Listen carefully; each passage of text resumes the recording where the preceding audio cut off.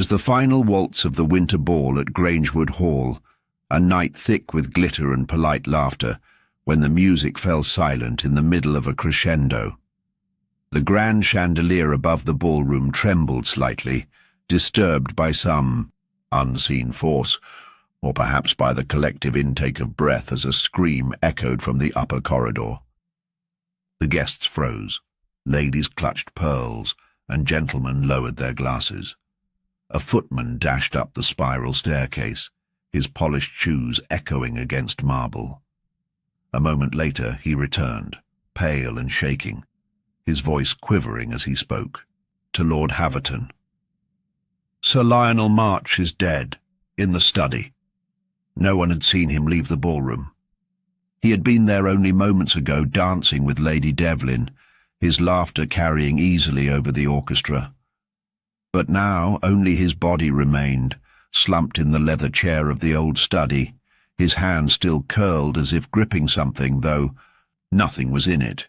A small cut on his neck was the only visible injury, precise, barely an inch long, like a single stroke from a scalpel. Not a drop of blood elsewhere. No signs of struggle, and curiously, the fire in the hearth still crackled gently, casting soft light over the polished floor and the rows of unread books lining the walls. The door had been locked from the inside, or so claimed the butler, who had to fetch a key from the opposite end of the estate to open it. There was no other exit. The windows were shut and latched from within. No sign of forced entry.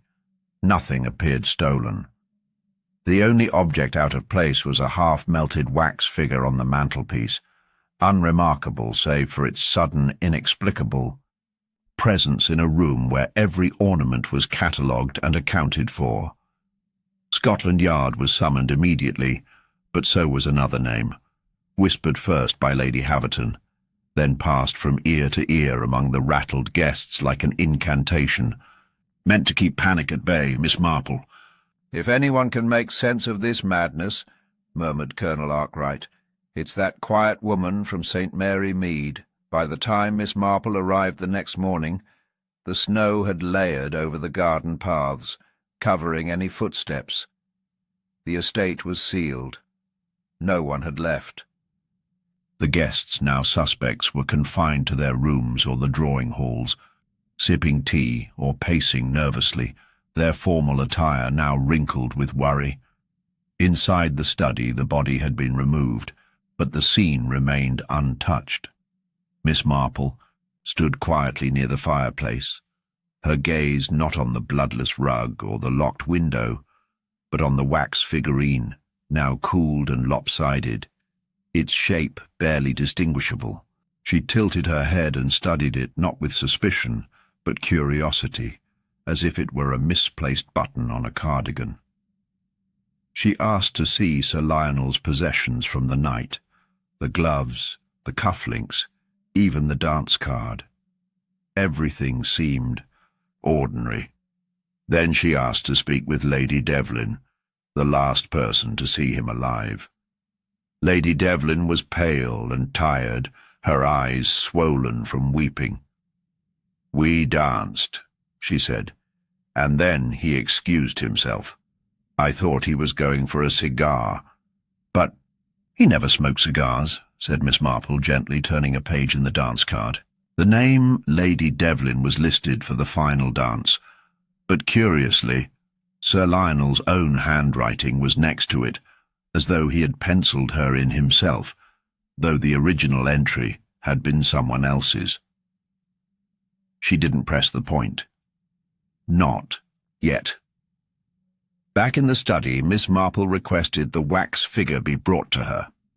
As the constable placed it into her hand, she turned it slowly. Embedded deep in the base, she found something curious. A small metal sliver, barely visible, but enough to catch a fingernail. She asked for a candle to be lit, then held the wax close. As it softened slightly again, she peeled back the surface. Inside, perfectly embedded in the center, was a microblade, thin as a feather, sharp as a surgeon's knife. "A clever way to smuggle a murder weapon," she murmured. "No fingerprints. Disposable, and so very quiet." "But how was it used?" asked the constable, leaning in. "He was alone in the study. The room was locked." "Exactly," said Miss Marple, "which means he must have brought the weapon with him, not realizing it would kill him." The idea seemed ludicrous, but then she asked a peculiar question. "Was there any gift exchange last night?" Lady Havton confirmed it. Small tokens passed between guests, a tradition of the winter ball. One of them had been a joke, a wax voodoo doll, some said, handed to Sir Lionel as a prank. The guest who gifted it claimed it was a harmless joke, hollow and silly, perhaps with a coin inside. Miss Marple smiled politely. Except it wasn't hollow, and it wasn't a joke. She turned to Lord Havton. "Was Sir Lionel under any pressure lately? Legal? Financial?" Havton frowned. "Only the matter of the inheritance. His brother's son, Crispin, was to be disinherited. Sir Lionel changed his will last week. That much I know." "And where is Crispin now?" she asked. "In the drawing room," came the reply, refusing to speak. "Then he's likely innocent," said Miss Marple softly. "People who refuse to speak rarely plan far enough ahead to keep quiet this long." Still, the question remained. Who gave him the wax figure? No one could remember clearly. The ball had been crowded, the drinks flowing, the lights warm and dim. Several guests claimed to have seen Sir Lionel holding the wax figure, but couldn't agree when he received it. Some said during the second dance, others during dinner. It was enough confusion to allow the real culprit to vanish in plain sight. Miss Marple made a final request, to speak with the orchestra conductor. "Were there any interruptions during the last waltz?" she asked. The man hesitated. "Well, yes, a string snapped. We had to pause for a moment. Just seconds." "And during that pause, was Sir Lionel still dancing?" "No," said the man slowly. "He had stepped away just for a moment." Miss Marple turned back to the constable. "Then that's our window." During the pause, he was lured or guided into the study. Told someone had left something for him, perhaps. And by picking up the wax figure, possibly heated by the fire, the embedded blade nicked his artery, quietly, cleanly. He never realized he'd been fatally cut. He sat down, thinking nothing of it, and then he bled inwardly, swiftly, silently. The constable stared at her. "So who planted it?" Miss Marple's gaze returned to the wax, now crumbled into her palm. "Someone who understood precision, a surgeon perhaps, or someone who studied under one." Her eyes flicked upward toward the stair landing where Dr. Mirren, a guest and retired army physician, stood listening too closely. She said nothing more. Not yet. But the game had begun. Miss Marple did not immediately confront Dr. Mirren. Instead, she allowed the weight of silence to press upon the gathering. She stepped away from the study and requested access to the guest list and seating arrangements from the ball. Lord Havton obliged with a heavy sigh, leading her to the morning room, where the papers were still scattered from last night's preparations. She took a seat without invitation, delicately flipping through the notes, menus, and place cards. Her expression was calm, even cheerful, but her fingers moved with certainty. There was something she had seen or sensed that she was now quietly chasing. Among the items listed was a seating chart with names neatly penned in ink, except one, which had been scratched out and replaced.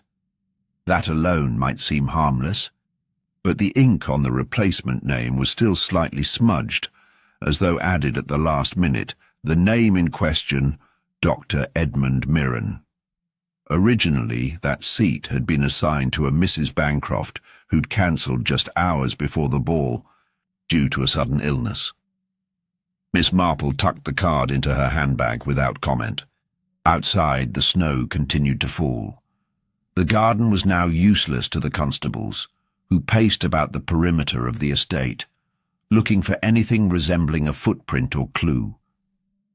Inside, the atmosphere had grown tense.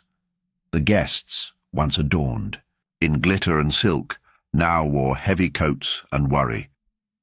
Miss Marple re-entered the study briefly and asked the constable to remove the andiron from the fireplace. It was cast iron, unremarkable, but slightly dislodged. As it was pulled out, a flicker of something white caught her eye. A torn corner of paper caught between the hearthstone and floorboard. With a gloved hand, she retrieved the sliver and examined it closely. It was the corner of a calling card. No name remained, but a faint trace of perfume clung to it. Lavender and bergamot. Unusual, certainly not the scent worn by Lady Develin, who preferred rosewater. She requested a quiet word with the maid-staff and inquired which guests had stayed. In the blue guest room known for its perfumed linens, one name came up, Miss Eliza Rourke. Miss Rourke was a distant cousin of the Havtons, invited more out of obligation than closeness. A quiet woman, perhaps too quiet, with a habit of listening more than speaking. Miss Marple observed her from across the drawing-room. While others feigned small talk, Miss Rourke's eyes scanned the room in slow, deliberate arcs, not searching for comfort, searching for something else. Or someone. Rather than approach her directly, Miss Marple wandered to the piano, playing a soft note, before asking if anyone could perform. It was an old trick of hers. Observing people, when their attention shifted elsewhere, often revealed far more than a formal interrogation. As Lady Develin volunteered a song and the guests turned their eyes to the piano, Miss Marple stayed still, watching the periphery. Miss Rourke's hand moved, subtle but telling, adjusting something at her wrist, beneath her sleeve. A nervous tick, or the hiding of something? Beside her, Dr. Mirren sat stiffly, no longer engaging in conversation with anyone. His hand rested too precisely on the armrest, covering something tucked beneath it. As the melody continued, Miss Marple excused herself and headed upstairs. In Sir Lionel's guest suite, she inspected his belongings. The drawer of his desk was locked, but not tightly. She eased it open with a thin pin from her shawl. Inside were letters. One was addressed to Lord Havton, dated 3 days prior. It stated in short that Sir Lionel intended to expose a betrayal within these walls, and had arranged a private meeting after the ball. The note was vague, but clearly foreboding. Beneath it was a piece of paper with an odd sketch, what looked like a crude wax figure, marked with small symbols at each joint. It seemed foolish at first glance, but the longer she stared, the clearer it became. It was not symbolic at all, but anatomical. The drawing showed incision points. When Miss Marple returned downstairs, she found the inspector from Scotland Yard gathering statements. He was methodical, professional, but unaware that half the room had grown tight with calculated lies.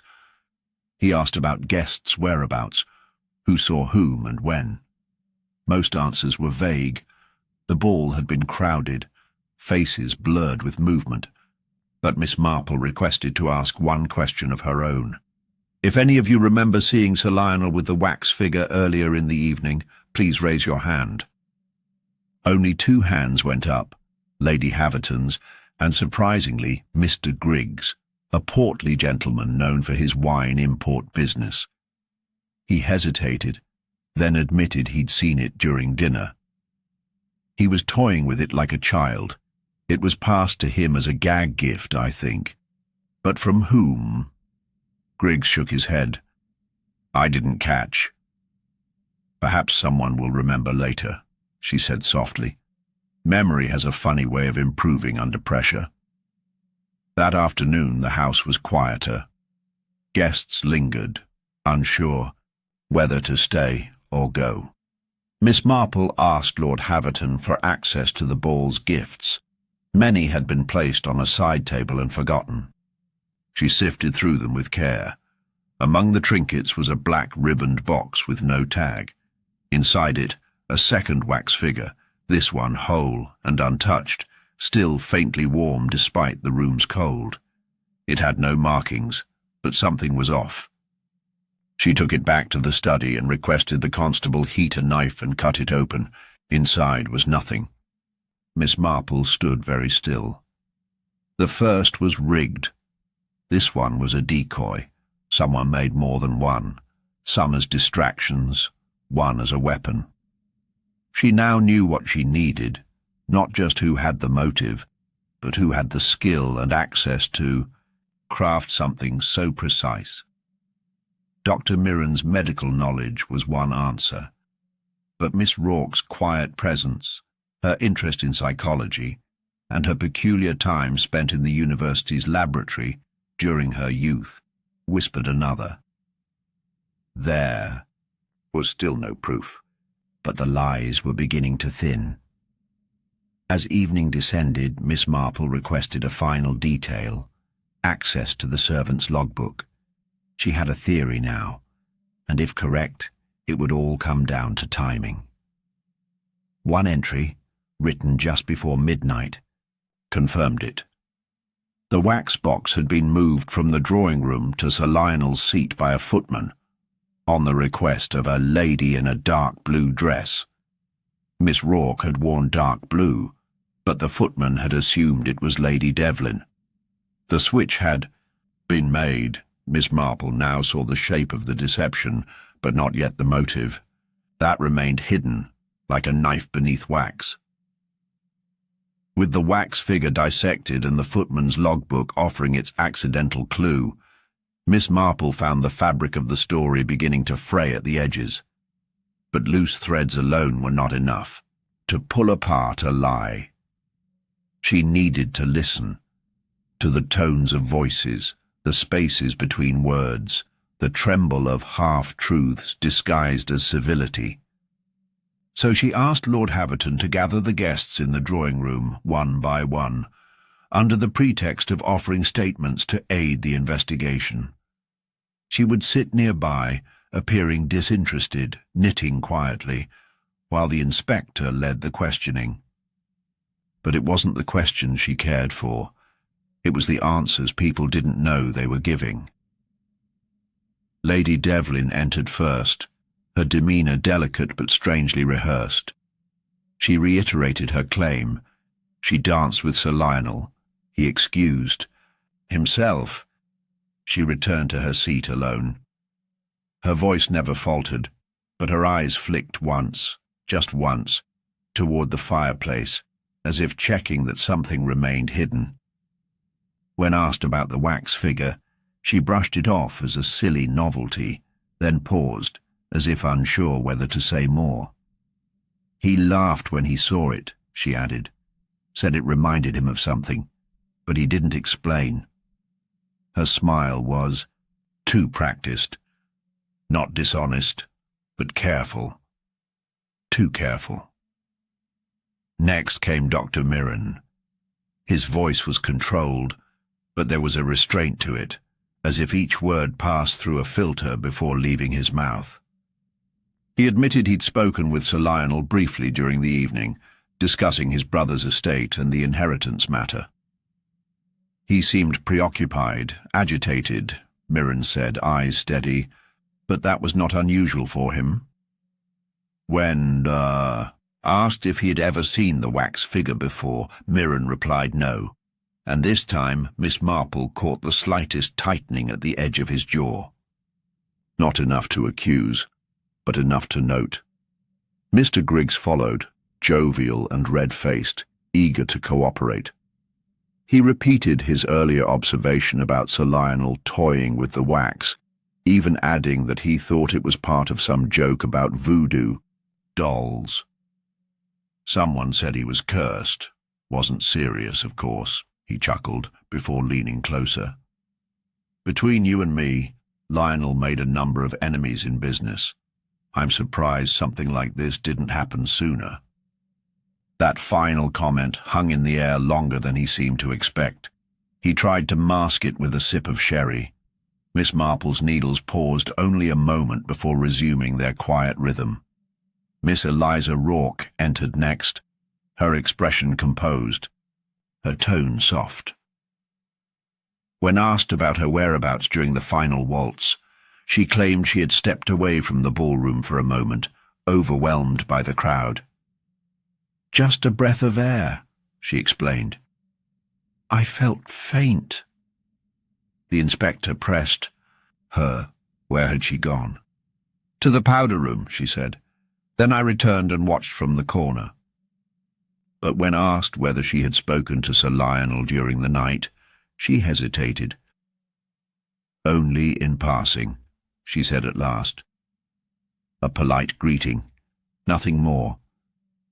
Miss Marple looked up from her knitting for the first time and asked, almost too casually, "And the wax figure, did you see it?" Miss Rourke blinked. "No," she answered quickly. Too quickly. Lady Havton followed, appearing exhausted. Her responses were brief, mechanical. "We were hosting. There were so many guests. I didn't keep track of every movement." She said she hadn't noticed anything unusual. But then, unprompted, she added, "It was a lovely party until that moment. The last waltz, I remember, was Sir Lionel's favourite." No one had mentioned that before. Miss Marple wondered whether that detail had emotional meaning, or whether it was a subtle attempt to redirect suspicion. Colonel Arkwright was next. Blunt, no-nonsense and bristling at the idea that a party among the elite could be reduced to police business. He admitted to having disliked Sir Lionel, a man of ego and entitlement, but claimed he was on the terrace at the time of the incident. "With Mrs. Lennox," he added. She later contradicted that, stating she had been in the library. When pressed, she tried to smooth over the gap, saying, "Perhaps he joined me later." But the damage was done. Contradictions like these did. Not scream guilt. They whispered confusion, motive, secrets. Miss Marple knew that true deception rarely came from the loudest voices. It crept in quietly, disguised in kindness, buried in misremembered timelines.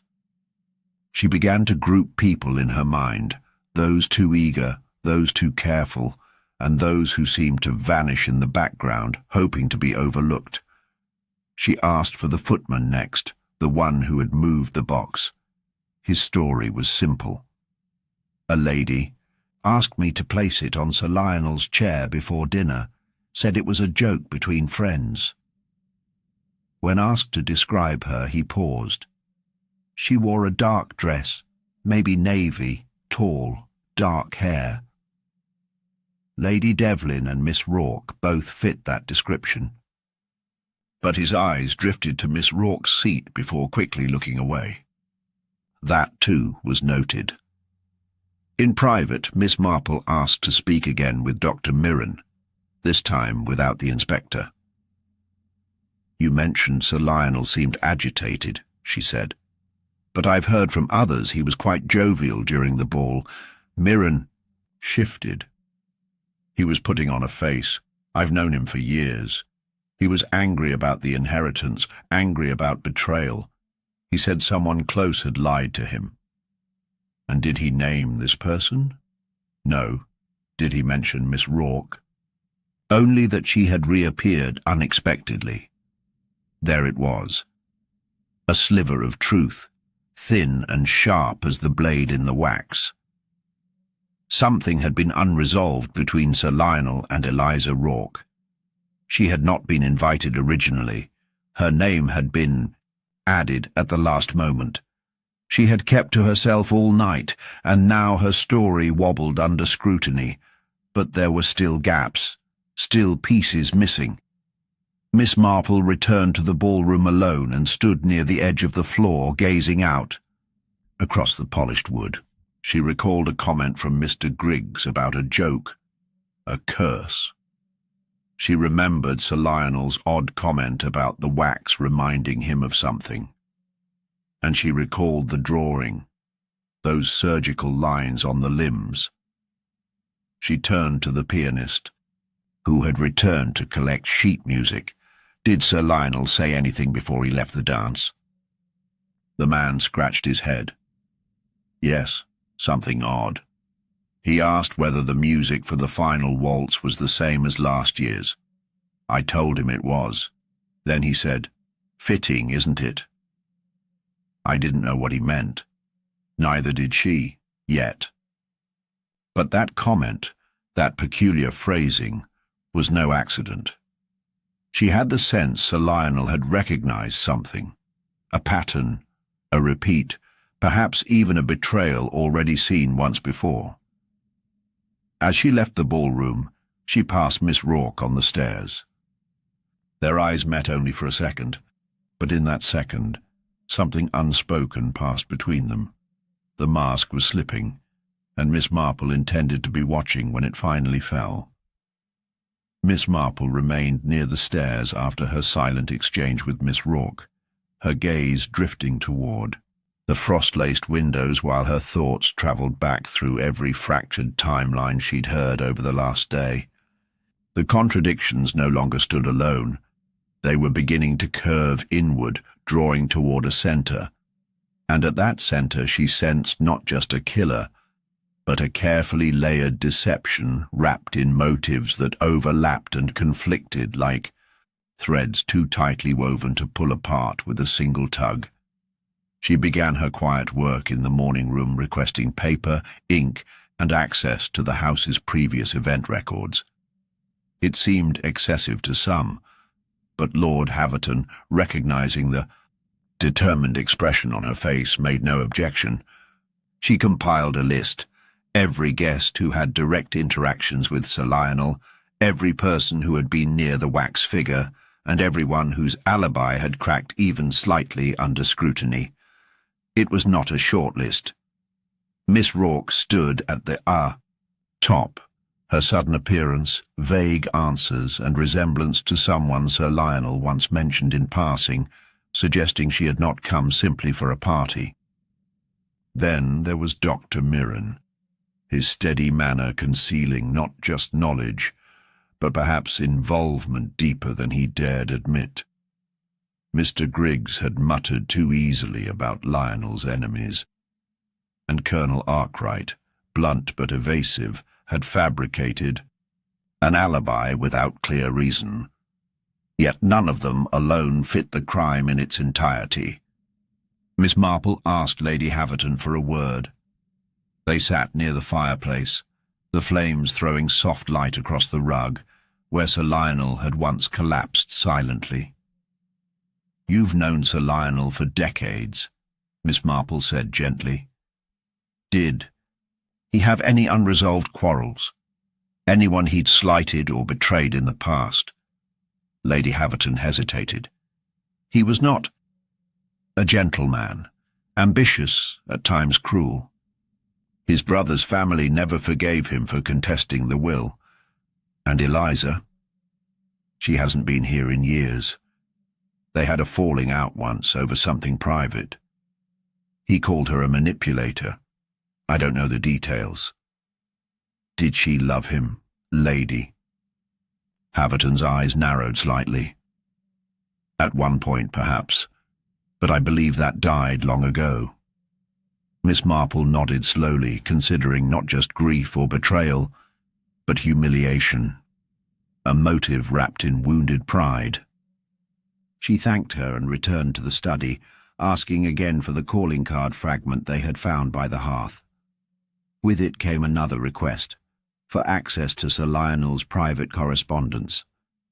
A lockbox in his room revealed nothing shocking, until a torn envelope slipped behind a drawer revealed a letter written in longhand. It was unsigned, but the ink matched the handwriting on Sir Lionel's dance card. It read, "I know what you did. We will not stay silent forever. You took more than money. You took a future. It wasn't a threat. It was a reckoning. Someone had come to collect." Miss Marple gathered all suspects in the drawing room under the guise of a group inquiry. The inspector allowed it, curious now about her unorthodox but effective style. She began not with questions, but a simple statement. The murder of Sir Lionel was no spontaneous act. It was planned with care, possibly for months. And yet it's tangled, not because there's a lack of suspects, but because everyone here had a reason to hate him. The room stiffened. She turned first to Mr. Griggs. "You lost nearly half your business holdings 3 years ago. Sir Lionel was the buyer, wasn't he?" Griggs flushed. "It was just business?" "Perhaps, but not kindness." To Colonel Arkwright. "Your regiment's funding was quietly withdrawn by a group that included Sir Lionel. You left in disgrace. A man like that doesn't forget." Arkwright's jaw clenched, but he said nothing. Then to Dr. Mirren. "You treated Lionel's brother before his death. You were present when his last will was amended. That document was lost shortly after Lionel visited your clinic." Mirren shifted. "Are you accusing me?" "I'm only observing," Miss Marple said softly. Finally, her eyes met Miss Rourke's. "You disappeared for 10 years, then returned quietly, changed your name, and re-entered his circle as if nothing had passed. He once called you a manipulator. Did he know who you truly were? I never lied about my name. No, but you avoided the truth. You are not just Eliza Rourke. You were his ward, practically raised in his household, and you were meant to marry his nephew." A sharp breath escaped Lady Develin. Even she hadn't known. "Eliza," Miss Marple continued, "lost everything when Sir Lionel cut off support to her family, after accusing them of stealing from him. But he had no proof, only his pride." Eliza's voice finally broke through the silence. "He destroyed us, lied to his solicitor, shamed my father in public. We couldn't recover. My brother took his life 6 months later. Lionel left us, in the dirt while he built an empire." There was no hysteria in her tone, only ice. "I didn't kill him," she said. Miss Marple looked at her with deep calm. "I believe you didn't act alone." Eyes turned toward Dr. Mirren. "We spoke once," Eliza said quietly. "Years ago, after my brother's funeral. He told me something Lionel said in confidence, that he regretted nothing, that some people deserved ruin." "And the wax?" Miss Marple asked gently. Eliza hesitated. "I knew it would get his attention. He'd seen something like it once in Africa, a tribal symbol. He was afraid of curses. It was a bluff, a scare. But someone else turned your bluff into a weapon." All eyes returned to Dr. Mirren, whose silence now pressed against the room like a held breath. "He was dying," Mirren said at last. "Did you know that?" "He had months. He confided in me 2 weeks ago, told me to keep it quiet. No one could know. He wanted his legacy clean." "Why did you kill him?" Miss Marple asked. "I didn't," Mirren said evenly, but I knew what the wax figure meant. I recognized Eliza's game. I didn't stop it. Silence followed. He believed he was cursed, Mirren continued. He died of panic, not poison. A heart already weak, pushed over the edge. Miss Marple folded her hands. He died of blood loss. The blade hidden in the wax was real. Mirren looked at her then, truly startled. I didn't. But someone did. Now, a second silence fell, heavier, colder. Miss Marple turned not to Mirren or Eliza, but to Lady Develin. You were the last to dance with him. You told us he laughed at the figure, but you weren't supposed to be his partner for the final waltz. That slot was changed at the last minute. Lady Develin's face remained calm, but something drained from her eyes. He never danced with anyone he didn't trust, Miss Marple said. But you knew where the wax would be. You'd seen him touch it earlier. When you embraced him during the waltz, you slipped it into his coat. Heated by his own body, the blade cut through slowly. By the time he reached the study, he was already bleeding internally. Lady Develin didn't deny it. She simply exhaled, long, steady. I didn't mean for it to kill him, she said, only to make him suffer. He humiliated me, ruined my son's future, my family's name. Eliza's voice came like a whisper. You turned a bluff into blood. Miss Marple stood. No one here is innocent, she said. Only unequal in guilt. The inspector stepped forward then, but no one moved. The web had been untangled, but the strand still hung heavy in the air, glistening with the weight of what vengeance costs, even when justified. As the confession left Lady Develin's lips, the inspector moved swiftly, as if the very act of speaking guilt into existence justified immediate closure. He signalled for 2 constables to escort her from the drawing-room, her expression unchanging, as she rose with a grace that defied the circumstances. She did not protest, nor weep, nor apologize. She only looked at Eliza for a fleeting second, something cold and unreadable passing between them, before turning and vanishing behind the heavy doors. The room deflated. Guests began to exhale, tension released in whispers and movement. Lord Havton murmured something about informing the staff, while Colonel Arkwright sank into a chair, muttering that he always suspected Develin had too much pride for her own good. Miss Rourke remained still, and Dr. Mirren leaned against the wall with folded arms, watching Miss Marple with a mixture of curiosity and doubt. The inspector returned minutes later, with a satisfied air.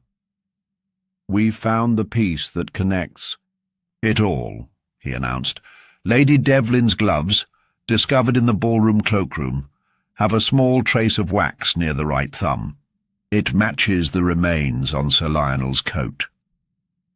He turned to Miss Marple, as if expecting her to nod and congratulate him. You were correct. She delivered the fatal item during the dance. The case, I dare say, is closed. Miss Marple smiled, gently, her knitting needles once again in motion. It would be convenient, wouldn't it? She said lightly. The inspector paused. You disagree? I believe Lady Develin played a role, but I also believe her intent was misjudged. She admitted to causing him harm. She admitted to slipping the wax into his coat. She did not confess to knowing the blade was inside. But the gloves would have been enough to move the wax, yes, she said calmly. But what concerns me is this. If Lady Develin truly intended to murder Sir Lionel, why use something so elaborate? Why a blade within wax, dependent on body heat and timing? Why not something far simpler? The inspector's shoulders tightened. People don't always think rationally when planning revenge. Perhaps not, Miss Marple said. But this crime required surgical knowledge. Precision. The wax had to be crafted in advance. A specific temperature, a precise depth. It was not created by someone fueled by last-minute rage. She stood and walked slowly to the window, the snowy gardens now layered in a deeper white, the sky darkening. "Do you recall the original seating plan?" she asked, not turning. The inspector blinked. Vaguely. "Lady Develin was not supposed to sit beside Sir Lionel during dinner," she said. "That change was made late. In fact, several placements were altered.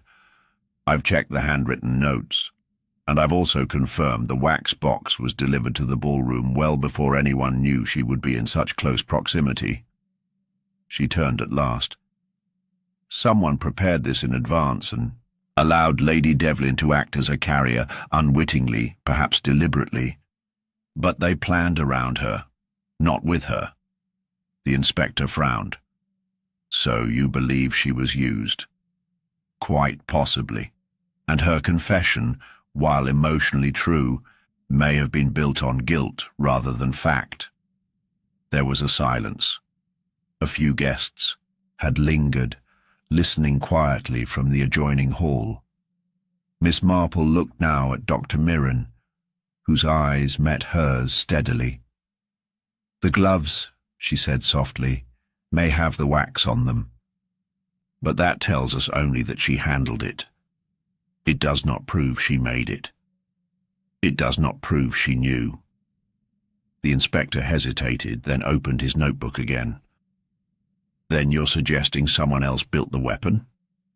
"Yes. Someone who knew Sir Lionel's medical history, someone who understood how to make a wound seem harmless at first, clean, bloodless, fatal only minutes later." Mirren's voice was quiet. "You're accusing me again." "I'm asking you," Miss Marple said. "How long the wax figure could remain intact at body temperature?" Mirren replied too quickly. 30 minutes, give or take. But it melted in far less time in Sir Lionel's coat. A pause. Then more slowly, "Perhaps the environment was warmer than we realized." She stepped forward. And when the inspector checked the study's fireplace, the andiron had been disturbed. The fire had been stoked recently, despite the room being unused for hours. Someone ensured it was warm enough, not for comfort, but for timing. Dr. Mirren looked at her for a long moment. "Your case won't hold," he said softly. "I agree," she replied.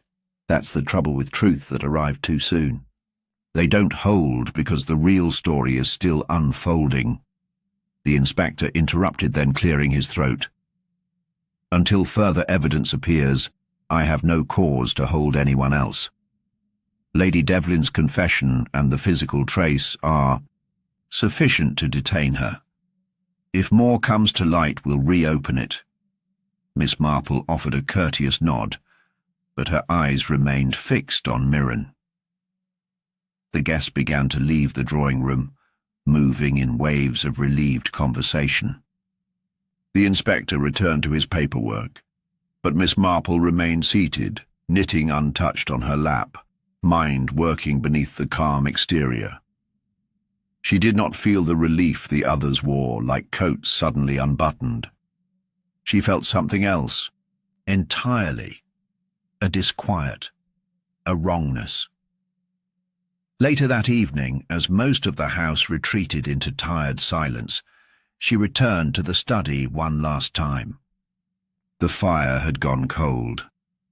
The room smelled faintly of smoke and aged wood. She examined the floor beneath the chair where Lionel had died. Her fingers traced the carpet's edge and found something almost invisible, a tiny glint pressed between the fibers. She picked it up with care, a single sliver of glass, not wax, not metal, glass. She turned it in her fingers, eyes narrowing. The murder weapon had a second element. The blade inside the wax was not alone. It had been reinforced, perhaps even guided by a structure now shattered and hidden. She had been wrong about one thing.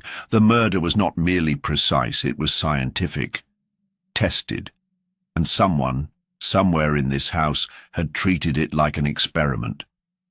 A confession may have satisfied the law. But Miss Marple was not yet satisfied. Miss Marple held the glass sliver up to the light until it caught the faintest shimmer. It wasn't part of a drinking vessel or mirror. This was shaped, deliberate, a fragment of something once whole and specific. Carefully wrapping it in her handkerchief, she tucked it away in her bag, the weight of it far heavier than its size suggested. As she turned back to the empty chair, the hush of the study surrounded her like breath held too long. Something had cracked, not just in the present investigation, but in the story Sir Lionel had tried to keep buried long before this ball was ever planned. That night, long after the guests had gone to their rooms, Miss Marple requested the Havton family archive. It was kept in a locked cabinet in the library, a collection of estate documents, ledgers, legal correspondence, and handwritten letters going back decades. She had no clear idea of what she was searching for, only a pull, a sense that the crime they had all been staring at was merely the final act of something older. Among the dust-covered folders, she found Sir Lionel's correspondence with a name she hadn't expected to see again: Dr. Edmund Mirren. The letters were dated nearly 15 years prior, long before Sir Lionel's rise to social prominence. There was nothing incriminating at first glance: formal exchanges about estate health programs and a private clinic investment. But one letter stood out. It was handwritten, more personal, the words tense beneath their polite surface. You assured me the subject would not survive the trial. That the results would be clean and containable. Now I find the opposite, and worse, her brother is asking questions. You were paid to erase, not to experiment. Miss Marple stared at the paper, its edges worn, the signature unmistakable. Sir Lionel's own hand. She read it again. Subject: trial. Erase. Her thoughts returned immediately to Eliza Rourke. She waited until morning to approach her. The younger woman was seated in the solarium, alone, arms crossed tight across her chest, despite the sunlit warmth. When Miss Marple sat beside her, she didn't speak. She simply waited. After a long pause, Eliza looked up, her voice brittle. You know, don't you? I know you were never meant to be part of the inheritance. You were meant to disappear, quietly, but you came back. Eliza didn't look surprised. He called it a medical trial, said it would cure my mother's condition. We were desperate, Miss Marple. She was declining so fast. No money, no help. Then he introduced us to Dr. Mirren. Miss Marple listened, saying nothing. It wasn't a cure. It was untested. She screamed every night. Her condition worsened within weeks. And when she died, Lionel claimed she'd have died anyway. Mirren wrote the report. It made everything seem legal. And your brother? He stole copies of the original test records. Letters between Lionel and Mirren. They threatened to sue. Lionel made him a deal, money to vanish. But it broke. Him. He didn't want to vanish. He wanted justice. So you came back to finish what he couldn't. I came back to watch Lionel fall, Eliza said. To make him see what he destroyed. But I didn't kill him. I never meant to touch the wax again. I only wanted him to believe the curse was real, to make him sweat. Miss Marple believed her. There was no satisfaction in Eliza's voice. No victory. only the dull weight of grief worn for too long. Later, she found Dr. Mirren walking through the garden paths, his coat collar turned up against the cold. She joined him without invitation. He said nothing, but she spoke softly. She was never meant to survive that trial, was she? His stride slowed. You read the letters. She was the subject. Her death was supposed to leave no loose ends. But there were two, her daughter and her son. Dr. Mirren exhaled heavily, clouds of breath curling around them. I told Lionel not to go forward. I warned him it wasn't ready. He refused. He wanted results he could market, proof that his money bought miracles. When the woman died, he buried it, paid me handsomely to do the same. Miss Marple tilted her head, and yet, when Eliza returned, you didn't stop her. I thought she only wanted answers. Closure. I didn't know she'd planned the wax. But you recognized it. He nodded once. From Africa. A method used by certain tribes. Dolls with embedded bone needles. Not fatal, just enough to scare. I thought it was a bluff. But someone else turned that bluff into a murder, she said. And that someone wasn't Eliza. Dr. Mirren stopped walking. What are you suggesting? That this murder wasn't about revenge or justice? Not entirely. It was also about silence. Eliza's presence threatened to reopen the past. Someone still invested in keeping that past buried acted first. Mirren's silence was answer enough. That evening, Miss Marple returned to the study once again. She stood by the fire and pulled the sliver of glass from her handbag. Then she searched the bookshelves, not for books, but for gaps. In the third row from the top, behind a row of old accounting ledgers, her fingers brushed an uneven edge. She pulled gently. A hidden drawer clicked loose, revealing a small glass vial, cracked. The shape matched the fragment she had found on the floor. And within the velvet lining of the hidden drawer, she found a folded letter addressed to Lord Havton. Inside it, in Sir Lionel's hurried scrawl, were the words, "If anything happens to me, look to Mirren, look to the trial, and above all, look to the funds buried in the St. Helena account. They all have reason to keep me quiet. Now." Miss Marple stood very still.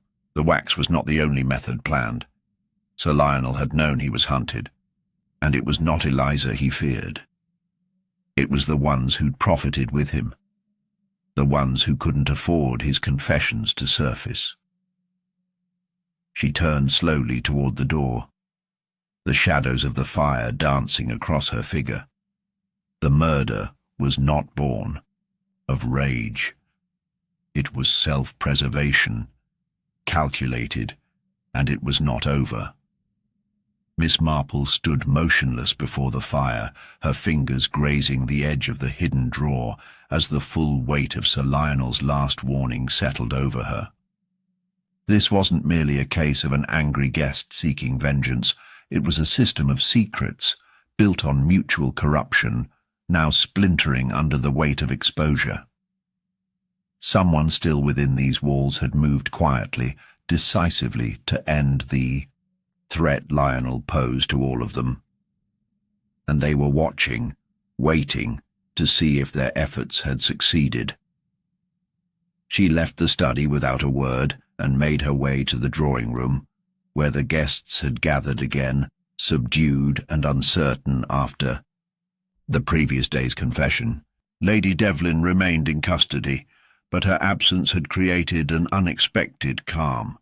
The illusion of resolution hung over the house like low fog, thin enough to see through, but thick enough to make people hesitate. Miss Marple took her seat near the fireplace and quietly asked the footman to bring a tray of tea. She poured for everyone herself, careful to keep the atmosphere polite, almost casual. Conversations flickered between the remaining guests, Dr. Mirren, Eliza Rourke, Mr. Griggs, Colonel Arkwright, and a few others who had drifted into peripheral suspicion but never quite made the leap to the center of the storm. She watched them carefully. No one met her gaze directly. After the cups had been handed out, she smiled pleasantly and addressed the room. "I wonder," she said in her quiet voice, "whether any of you believe in fate." There was a pause, then a few polite shrugs, murmured, half-responses. Colonel Arkwright chuckled. "If fate had any hand in this, it's a clumsy one." Miss Marple sipped her tea. "Perhaps. Or perhaps it's very precise. You see, I was reminded this morning of an experiment I once read about. A study conducted at Cambridge on how the smallest shift in behavior, under stress, can reveal far more than words. They called it a delayed conscience response. Rather a cold name, but quite accurate. Dr. Mirren tilted his head. "You're referring to psychological profiling?" "In a way," she said. They would stage a conversation, much like this one, and slip in a question that had no context, no relevance. A question designed to provoke the subconscious rather than the rational mind. And they watched who hesitated. Mr. Griggs laughed, nervously. "Sounds like mind games to me." "Oh no," Miss Marple replied lightly. "It's not the mind that gives us away. It's the hands." She set her cup down. "For instance, when I asked the inspector earlier whether anyone had seen a letter from Sir Lionel, two people immediately glanced at their shoes.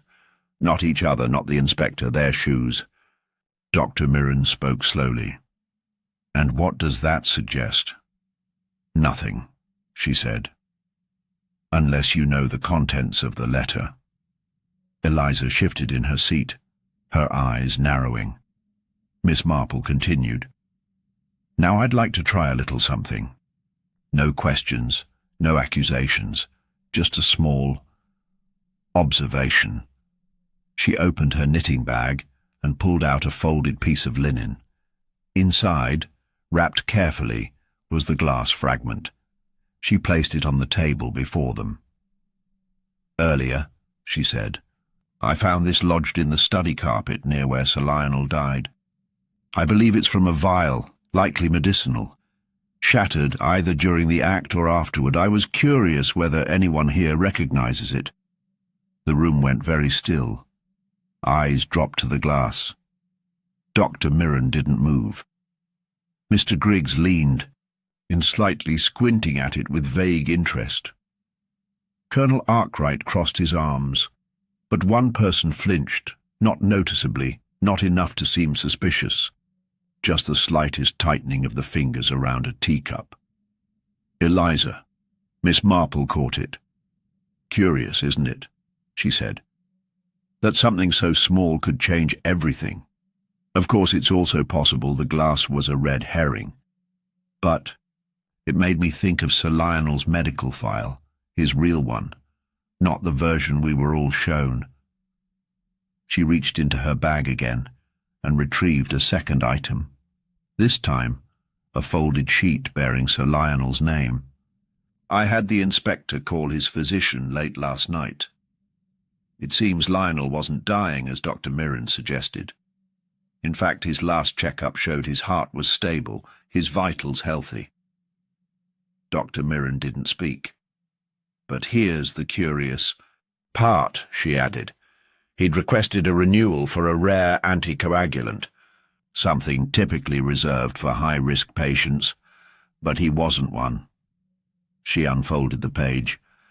"And this particular medication is only carried by a handful of specialists in this country." She let the silence stretch just long enough. "Dr. Mirren," she said softly, "do you carry this medication?" His jaw clenched, but he remained composed. "I do. I use it for patients recovering from bypass operations." "And Sir Lionel was not such a patient." "I didn't prescribe it to him." Miss Marple nodded. "No, but he had it in his system, according to the coroner's preliminary report. The autopsy revealed minor bleeding consistent with a delayed coagulopathy, meaning the blade alone might not have killed him, but the presence of this drug ensured it did." Everyone was staring now. Miss Marple turned her gaze back to Eliza. "When I showed you the glass, you reacted, not with guilt, but recognition, because you saw that same vial once before, hidden among your mother's medications, the same drug that hastened her decline." Eliza didn't speak. Her eyes shimmered, but she held herself together. "It wasn't just a test trial," Miss Marple continued. "It was an experiment in controlling life expectancy. Sir Lionel wanted control over time, when someone lived, when someone died. You brought back the wax figure to unsettle him, but someone else made sure that when he died, it would be clean, precise, and untraceable." She turned slowly toward Dr. Mirren. "Did you think the wax would cover the rest? That it would take the blame entirely?" He finally responded, voice calm, but tired. "I didn't inject him with anything. He must have stolen it." Miss Marple gave a sad smile. "He didn't steal it. He trusted you, even after everything. He thought you'd keep him alive longer. That's why he kept you close." Mirren stood slowly, setting his teacup down without a sound. "If I confess, it will destroy my license," Miss Marple nodded. "And if you don't, it may destroy someone else's life entirely." The room remained frozen. The truth settled in every corner now. What had seemed like justice driven by the past was actually a calculated elimination, masquerading as retribution. One woman's grief had masked another man's ambition, and the clue that cracked it all wasn't blood or fingerprints, but a reaction to a shard of glass, and a heartbeat that skipped when no question had been asked. The stillness that followed.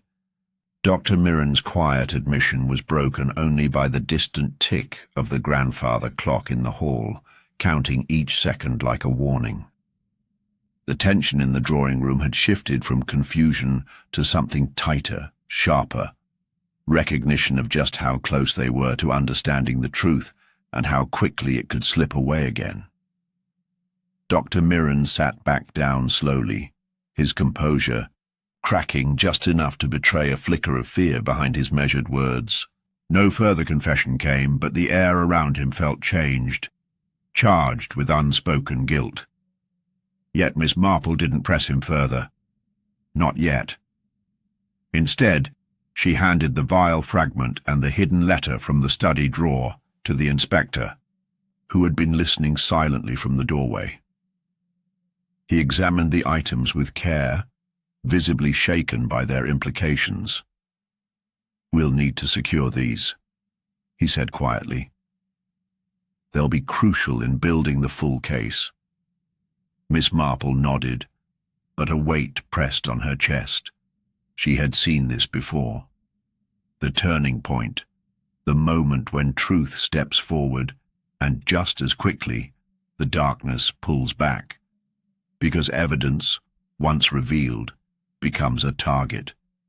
And someone, somewhere in the house, was watching just as carefully, calculating what needed to disappear to preserve their own safety. By late afternoon, the snow outside had deepened. The house staff moved slowly through their routines, the tension rippling just beneath the surface. The inspector, now fully convinced of Dr. Mirren's deeper involvement, left the evidence with his constable under strict instructions. The fragment, the letter, and the preliminary toxicology notes from the coroner were all sealed in a box and placed in the inspector's secured briefcase in the estate study. He intended to take it back to London at first light. Miss Marple lingered nearby, her unease growing as the evening set in. The hallways had grown too quiet, and the usual comfort of the crackling fire now felt too deliberate, as if it masked footsteps not meant to be heard. She excused herself after dinner and walked the upper corridor with slow, deliberate steps, eyes drawn to the shadows at corners, the faint scent of smoke that didn't come from the hearth. Her instinct didn't come from paranoia. It came from pattern. Someone had made it this far by hiding in plain sight. They would not stop now. By morning, her fears proved correct. The inspector's briefcase, which had been locked and stored beneath the study desk, was gone. The lock had been tampered with, the drawer pried open, the entire case vanished as if it had never existed. The constable, red-faced and stammering, had no explanation. "I was outside the room all night," he said. "No one entered, I swear it." But someone had. The inspector raged quietly, his embarrassment thinly veiled beneath orders for a full search of the estate. Staff were questioned, guests confined again. But the damage was done. The letter was gone. The vial fragment too. Any direct link between Dr. Mirren and Sir Lionel's manipulated medication had evaporated into the same silence the killer had always worked within. Miss Marple didn't speak as chaos unfolded. She sat in the corner of the library, eyes narrowed, knitting untouched in her lap. She hadn't trusted the safety of the evidence, but she'd hoped the urgency of discovery might outpace the saboteur. It hadn't. Now they were racing not just against lies, but against the destruction of truth. She considered the facts again. Dr. Mirren had motive, knowledge, access. But he had also hesitated. His reaction to the vial had been real. Perhaps he hadn't known it had been used. Perhaps he hadn't acted alone. That, more than anything, gnawed at her now. At midday, she asked to speak with Lord Havton privately. He met her in the breakfast room, wearing the drawn expression of a man whose control over his estate had long since slipped from his grasp. "I'm afraid I must ask something unusual," she said. "Sir Lionel had an offshore account listed. In his letter, St. Helena. Do you know anything about it?" Lord Havton hesitated. "We have holdings there. Very old investments. Lionel managed them personally. He rarely discussed them." "Would there be records in his study?" "Only access ledgers. The actual statements are kept in the vault." "The estate vault?" He nodded. Miss Marple stood. "Then I'd like to see it." Down a narrow hall behind a panelled door most had forgotten existed, Lord Havton unlocked the family vault. It smelled of old paper and sealed air. Inside were rows of ledgers, deeds, bonds, neatly organised. She scanned the bindings quickly. One caught her eye. It was labelled Research Disbursements, Clinic Support. Inside, a list of payments, stretched across 10 years, many of them directed to accounts under the names of medical suppliers and private clinics, including one marked only as EM Consulting. "Edmund Mirren," she said aloud. Lord Havton glanced over. "That name appears often in Lionel's older accounts. I assumed it was professional." "He was never professional about secrets," Miss Marple murmured. She flipped further and froze. A final entry, recent, dated 2 weeks before the winter ball. "Asset liquidation, EM account cleared. Prepare for closure." Miss Marple drew a sharp breath. Lionel hadn't just known he was in danger. He had begun to cut off his accomplices. Perhaps he'd intended to confess. Perhaps he'd hoped to blackmail them one last time. But he'd made one miscalculation. He assumed fear would keep them loyal. When they left the vault, Miss Marple asked quietly if the staff records for the past decade could be brought to her room. She reviewed them late into the night. She wasn't looking for names. She was looking for movements, connections. One name appeared, then vanished, then appeared again under a slightly altered title. Not a doctor, not a guest, not even on the suspect list, the house steward, Mr. Calloway. He'd worked for the estate for years, quiet, unremarkable, invisible in his efficiency. But 10 years ago, he'd worked as a lab assistant in a private facility connected to one of the same clinics listed in Lionel's records, and now he handled keys, rooms, locks. She waited until early dawn before requesting the inspector detain him quietly. They found him in the servants' wing, packing a bag. In it was the briefcase. The contents had been removed, but the casing was enough. When confronted, he didn't deny possession. He only said, "I was told to clean up loose ends." "By whom?" the inspector demanded. Calloway remained silent.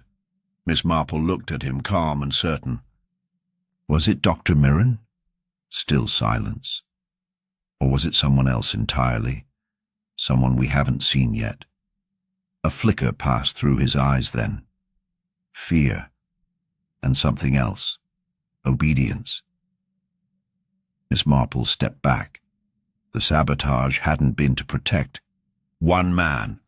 It had been orchestrated to protect many, and somewhere among them the real architect still waited, watching to see who would be clever enough to find them before the next silence fell. The soft knock on Miss Marple's door came just before dawn. She had not yet changed from her nightdress, though she'd spent little of the night resting. Her mind had turned circles around the discovery of the steward's involvement, the vanishing briefcase, and the string of payments hiding in plain sight. She rose from her chair, wrapped her shawl around her shoulders, and opened the door. The housemaid stood there, trembling. "Miss, it's Miss Rourke. She's gone. Gone."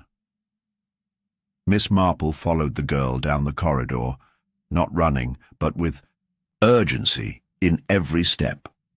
Eliza Rourke's room was at the far end of the east wing. The door hung open. Inside, the bed was made. A suitcase sat atop it, half open but not packed. Her coat still hung on the hook by the dresser.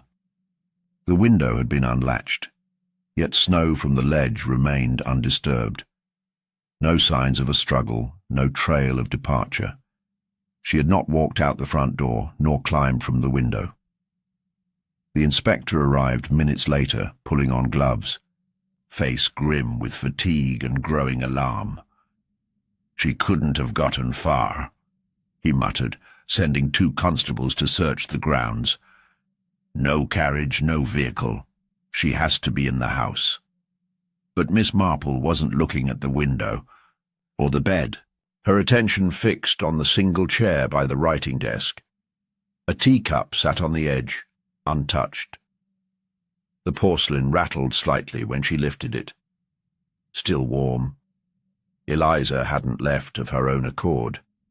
She'd been taken, and whoever had done it hadn't expected the absence to be discovered this soon.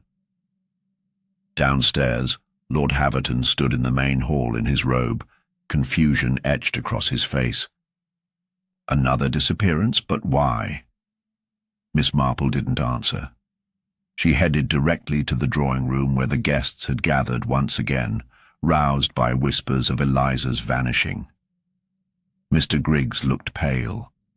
Colonel Arkwright rubbed his temples. Dr. Mirren stood alone by the fireplace, expression unreadable. "No one is to leave the house," the inspector declared. "Miss Rourke has vanished. We are treating this as an abduction or worse." The words hung heavily. Miss Marple stepped forward, voice steady. This was not spontaneous. Someone knew she had seen something, perhaps remembered something, and moved quickly to silence her. She was the last person left who could trace the truth back to the root, not just to Lionel's murder, but to what began long before. Mr. Griggs stepped forward, voice trembling. "This is madness. We're guests, not prisoners." "Guests don't erase evidence," Miss Marple said gently. "Guests don't hire stewards with criminal pasts to burn correspondence." Griggs flinched. "I didn't know—" "No, but someone did. Someone who used their position and wealth to place people in convenient roles. Someone who had the means to watch everything unfold without ever being touched." Her gaze swept the room. Lionel was going to expose the St. Helena accounts. They weren't just investment shells, they were funnels, channels used to finance off-the-record trials, paid silence, and patient disappearances. He realized too late that confessing would cost him more than reputation. It would endanger everyone who profited with him. Dr. Mirren folded his arms. "And you think Eliza found that proof?" "I think she saw her mother's name on one of the ledgers," Miss Marple replied. "Or perhaps remembered it. She was young when her mother died, but trauma preserves strange fragments. A clinic name, a date, a symbol. And once she asked for access to the vault, once she started digging, someone knew they had to stop her." The inspector turned toward the guests. "We'll be searching rooms, all of them, and we'll be checking the servants' quarters again." As the constables moved out, Miss Marple quietly took the inspector aside. "If Eliza's still alive," she said, "we need to find her before nightfall. Whoever took her needs time to threaten, to silence, or to move her somewhere permanent." "The Inspector nodded. "Where would you start?" Miss Marple thought for a long moment. "The West Cellars," she said at last. "No one's mentioned them. But they connect to the oldest parts of the house, service tunnels, locked for years, until someone decided they needed a place no one would think to look. They descended with 2 constables, past the servants, kitchens and down a corridor that narrowed with each step. The door to the West Cellars was old iron, rusted, and bore a heavy padlock. The constable pried it loose. Inside, the cold struck immediately. Damp, silent. Rows of crates lined the walls, wine bottles, coal bins. And in the far corner, barely visible, a small storeroom with a rope looped through the handle. Miss Marple reached it first. Inside, Eliza sat on the floor, wrists bound, mouth gagged but unharmed. Her eyes were wide, but the relief in them swelled instantly as the gag came loose. "He didn't want me to speak," she whispered hoarsely. "Who?" asked the inspector, crouched beside her. She opened her mouth, and the name came out flat. "Griggs." The inspector spun back up the stairs before the rest could process it. Back in the drawing room, Mr. Griggs had just slipped on his overcoat when the inspector entered. The constables followed behind with purpose. "I think you've overstayed." "You're welcome," the inspector said grimly. Griggs turned, surprised, not afraid. "You have no proof?" "No," said Miss Marple, appearing behind the constables. "Your steward's silence says otherwise. So do the St. Helena records. So does Eliza's testimony." Griggs's face cracked then, just slightly. She wouldn't have known what to do with it, he said softly. She was digging into things that had been settled long ago. "Settled?" Miss Marple echoed. "You mean covered?" She was threatening to drag us into court. All of us. The deals Lionel made, the clients I arranged, the money Mirren funneled. It would have destroyed everything, my entire firm. I built it from nothing. You built it with blood money. He didn't deny it. "I didn't kill Lionel," he said. I only made sure the right figure ended up in the right coat pocket." Miss Marple nodded. "You let Develin place it. You let Lionel seal his own fate. And when Eliza returned, you thought you could frighten her into silence. I tried to offer her money. She came for justice, Mr. Griggs, not your hush fee." The inspector stepped forward. Griggs didn't resist. As the constables led him away, Miss Marple returned to Eliza's side. She placed a hand gently on the young woman's shoulder. "It's over," she said. But even as the words left her mouth, she knew it wasn't. Not entirely. Justice would take its time catching up to the full truth. But the shadow that had hung over the winter ball had finally broken, and the house, cold, silent, steeped in secrets, could finally breathe. The morning that followed was quieter than the ones before it, but the hush was uneasy, stretched taut rather than at peace. The house felt hollow, like it had exhaled too much at once. Mr. Griggs had been taken into custody under close guard, but his confession was partial at best. He admitted to manipulating the wax figure's placement, to working with the steward, and to orchestrating Eliza's abduction, but he hadn't admitted to killing Lionel. He insisted, again and again, that the figure was intended to frighten, not to kill, that someone else had used it more cleverly than even he had planned. Miss Marple sat alone by the window in the drawing room, watching the snow taper off into a soft drizzle. For the first time, she let her knitting fall idle in her lap. Her mind sifted through the clutter, threads of motive, lies, half-truths. Griggs had built a system to keep secrets buried, but the murder itself, it was still too perfect. The wax, the anticoagulant, the timing, it had all functioned with surgical precision. Griggs had coordinated it, perhaps, but he lacked the finesse. And that meant the person responsible for the final step, the kill, was still present. Still quiet, still pretending. She glanced around the room. Dr. Mirren had remained at the estate under unofficial watch and sat by the fire with a book unopened in his hands. Lord Havton was in his study, clearing the last of the estate ledgers. Eliza, though physically safe, had withdrawn, barely speaking since her release from the cellar. There was no sense of resolution, just a hollow victory. And then it came. The shift. A memory, faint, previously unimportant, nudged forward from the recesses of her mind. It was from the night of the ball, the orchestra's pause during the final waltz, the moment the string snapped. Sir Lionel had stepped away then, briefly, before returning to finish the dance with Lady Develin. The timing had always puzzled her. Why would a man known for formality, for control, abandon his partner in the middle of a dance?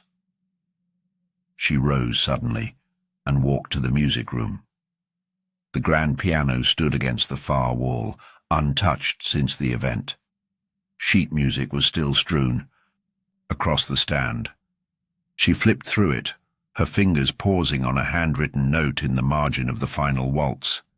It wasn't musical notation, just two initials, EM. She frowned. Not the conductor's handwriting, not any musician's. Then what was it doing here? She returned to the main corridor and asked the inspector for the musician's guest list. He fetched it without protest, still embarrassed by how close the killer had slipped past his gaze. The conductor's name, the violinist's, the harpist, and there, third cellist, Edward Morris. "Do we still have any of the orchestra at the estate?" she asked. The inspector frowned. "They left the morning after the ball. Why?" She traced her finger over the name. "Because this is the third time I've seen that set of initials. once on the music sheet, once on the St. Helena ledger under a payment marked EM Supplies, and once in Lionel's last letter, he referred to someone by initials alone. You're saying it's not Mirren? I'm saying Mirren may not have acted alone, and I suspect he never thought he'd be the one suspected. They called the orchestra company. The conductor remembered Morris as quiet, precise, always early. He had been hired by special request for the winter ball, and that raised the question, who requested him? Miss Marple returned to the steward's logs. The staff had recorded deliveries, set-ups, room assignments, and tucked between the schedule, pages was a notation written in different handwriting. Ensure EM receives guest credentials, authorized by LH. But Lord Havton had no recollection of such a request, and his signature didn't match. Miss Marple stood very still, realization blooming behind her eyes. EM hadn't stood for Edmund Mirren, it had stood for Edward Morris all along. She requested to see the storage room where the orchestra's gear had been kept. It was untouched since the ball. Sheet music, stands, cases. One cello case remained, unclaimed, heavier than the others. She opened it slowly. Inside was an empty vial, the same shape, the same glass as the fragment found on the study floor. Beneath it, folded and tucked into the lining, was a cloth stained with dried wax, and under that, notes, lists of deliveries, ingredient quantities, heating instructions, a formula for creating the wax figure. The inspector read it over her shoulder, face paling. This is your proof." Miss Marple nodded, but her focus had already shifted. She recalled something else now, barely, a whisper of detail. On the night of the ball, just before the final waltz, the conductor had paused, not just for the broken string, but because someone had slipped off stage.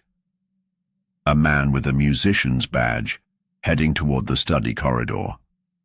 The killer had been hired for the evening, given a guest's credentials, smuggled in as entertainment. Used Griggs' plan, used Mirren's silence, used Develin's anger, used Eliza's grief. The killer had turned every motive into camouflage and vanished the next day with the musicians, his cello case packed not with music but with murder. It was elegant, clinical, impossibly clean. But he had left behind one thing. A pattern of movement only visible once all others had stopped. She handed the evidence to the inspector. "Put out a warrant. Edward Morris, if that's his real name." "You believe he was paid?" "I believe he was precise, which means he wasn't improvising." The inspector hesitated. "Then who hired him?" Miss Marple looked toward the window where snow now turned to sleet. The question still hung in the air. "Griggs may have opened the door," she said. "But someone paid for the key." And now, finally, they had a trail, not just of wax and glass, but of names, dates, deposits. The pattern had formed in silence, but it had never stopped moving, and Miss Marple was ready to follow it. By evening, the storm had returned. Sleet drummed against the windows, masking the creaks and murmurs of the old house, while inside the atmosphere had shifted again. There was no longer the illusion of safety.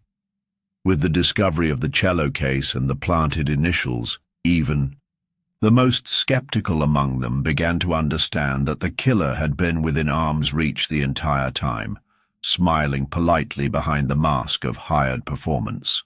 The inspector had sent a telegram to the London Metropolitan, requesting immediate location efforts for Edward Morris, or whatever name the man had used to slip into the orchestra. But Miss Marple remained at the estate, seated at the far end of the library, with the ledger still open before her, her fingers resting lightly on the corner of a page she'd turned over multiple times. The page that listed the payments. The one that didn't make sense. The number was wrong. Too high for a musician's fee, too low for a full bribe. It wasn't a contractor's price, it was a payout. And it was dated a full month before the winter ball was even announced. She traced the entry again, her mind moving quietly, relentlessly. This hadn't started with Lionel's public shift of conscience. It hadn't even started with Eliza's return. Someone had anticipated both. And someone had moved early. She requested to see the estate's guest request log again, specifically those who were invited on Lord Havton's letterhead. There, among the lines of expected dignitaries and distant cousins, one name stood out, an addendum written hastily in the margin, include Miss Evelyn Marsh, guest of family. Initialed LH, but faintly off. Miss Marple read the name twice.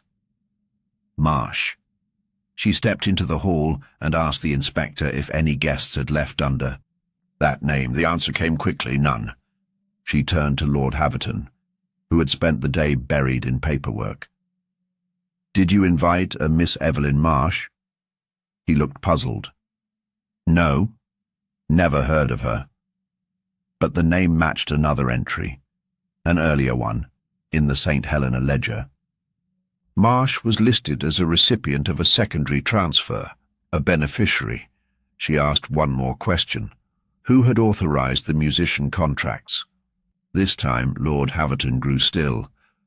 Griggs insisted on handling them. He said he'd secured a string quartet personally, and the guest credentials. He left that to the steward. Miss Marple stood quietly, then said, I'd like to speak with Eliza, alone. She found her in the solarium, back turned, staring out at the grey garden beyond the glass. Her posture hadn't changed much since her rescue, still watchful, still guarded. Eliza, Miss Marple said gently, did your mother ever mention a name like Marsh? Evelyn, perhaps? Eliza's brow furrowed, the name rolling across her mind.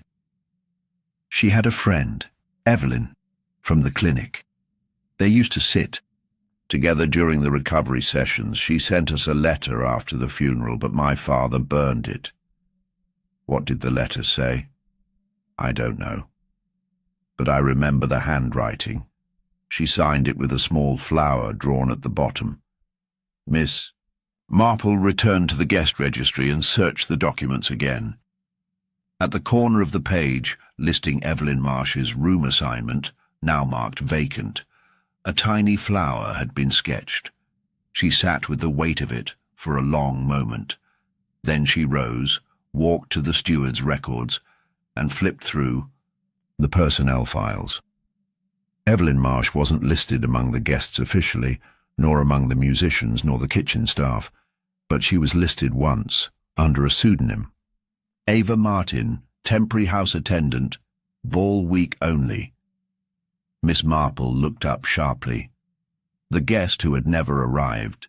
The staff member no one remembered seeing. The musician who signed the waltz sheet with EM. They were all the same woman. She summoned the inspector, her voice steady despite what she now suspected. Evelyn Marsh was never a guest. She entered as staff, as a musician, and as an agent of vengeance.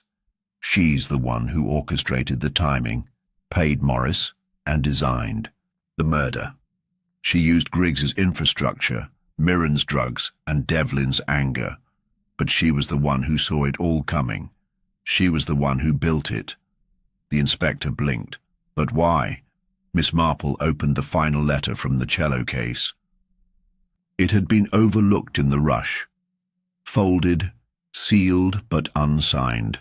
It read, You buried them with numbers. You called them trials. You called it necessary. But we remember the screams. You called them failures. But we called them family. You are not forgiven. Not you. not the ones who helped. I was 12. I remember everything. There was no name, no threat, just a reckoning. Miss Marple handed it to the inspector. This wasn't about money or power. It wasn't even about revenge in the usual sense. Evelyn Marsh was a survivor, a child witness to one of Lionel's early human trials, perhaps on her own mother, perhaps on herself. She lived through it, and she waited, years, decades, until the right moment came. But the others, Griggs, Mirren, she didn't need them to trust her. She needed them to follow their patterns. She knew they'd cover things up. She knew they'd hide the crime once it happened. She didn't have to kill Lionel with her own hands. She just had to light the match and let them add fuel to the fire. The inspector stood very still. Then she's still out there. She may be watching even now, Miss Marple said. And if we don't find her, she'll strike again, not for Lionel's sake, but for the others, for every patient who vanished, for every file Griggs shredded, for every bottle Mirren signed off on. She didn't kill to silence the past. She killed to make it scream. There was a long silence. And in it, the storm outside finally broke into thunder. The storm had moved from drizzle to sheets of rain, hammering against the windows with a fury that made every floorboard creak underfoot, as if the house itself was responding to the truth, now clawing its way into daylight. The inspector doubled the guard at every exit, sealed the perimeter, and sent urgent descriptions to every nearby village and town. Evelyn Marsh had vanished like smoke, but Miss Marple knew she hadn't gone far. Not yet. She hadn't come for the murder alone. She had come for the reckoning, and that meant she was still waiting for the final piece to fall. Miss Marple sat in the solarium with Lord Havton, Eliza, and Dr. Mirren. The fire crackled low, casting long shadows across their faces as they each turned over what they now knew. Lord Havton had grown pale, shaken not by guilt. He was innocent of the darkest schemes, but by how easily they had bloomed beneath his roof. Dr. Mirren, though not formally charged, wore the stiffness of a man condemned by his own conscience. And Eliza, silent as ever, stared down at her clasped hands with the calm of someone who had lived in storms long enough to know this one was nearing its end. Then Miss Marple stood and made her request.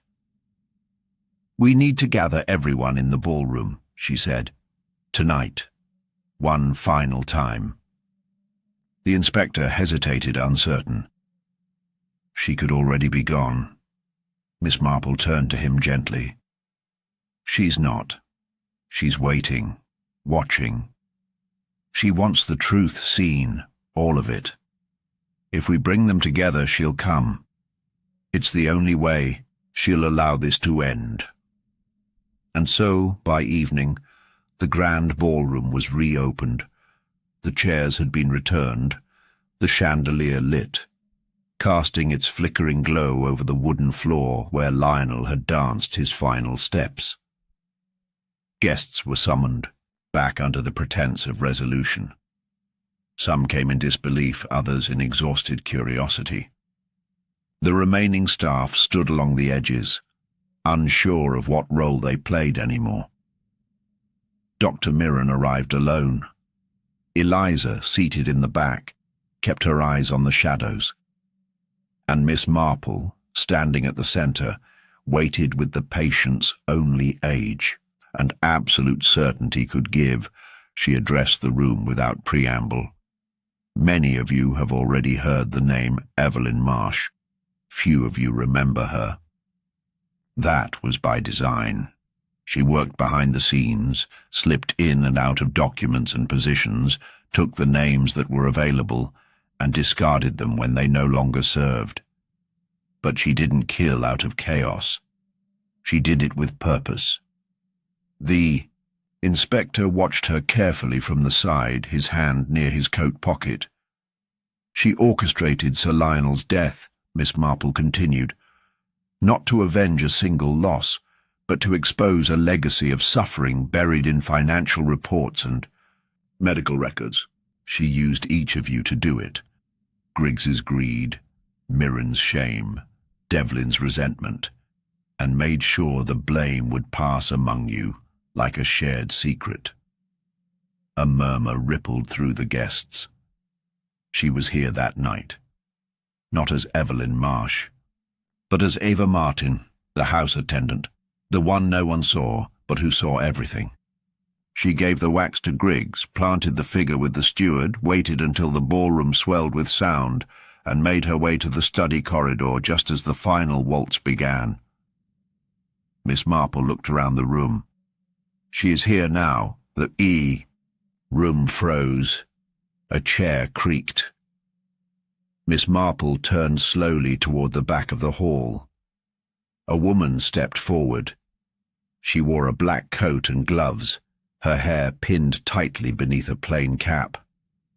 She looked neither shaken nor angry.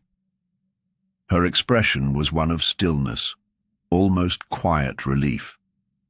"You remembered the flower," she said, her voice low.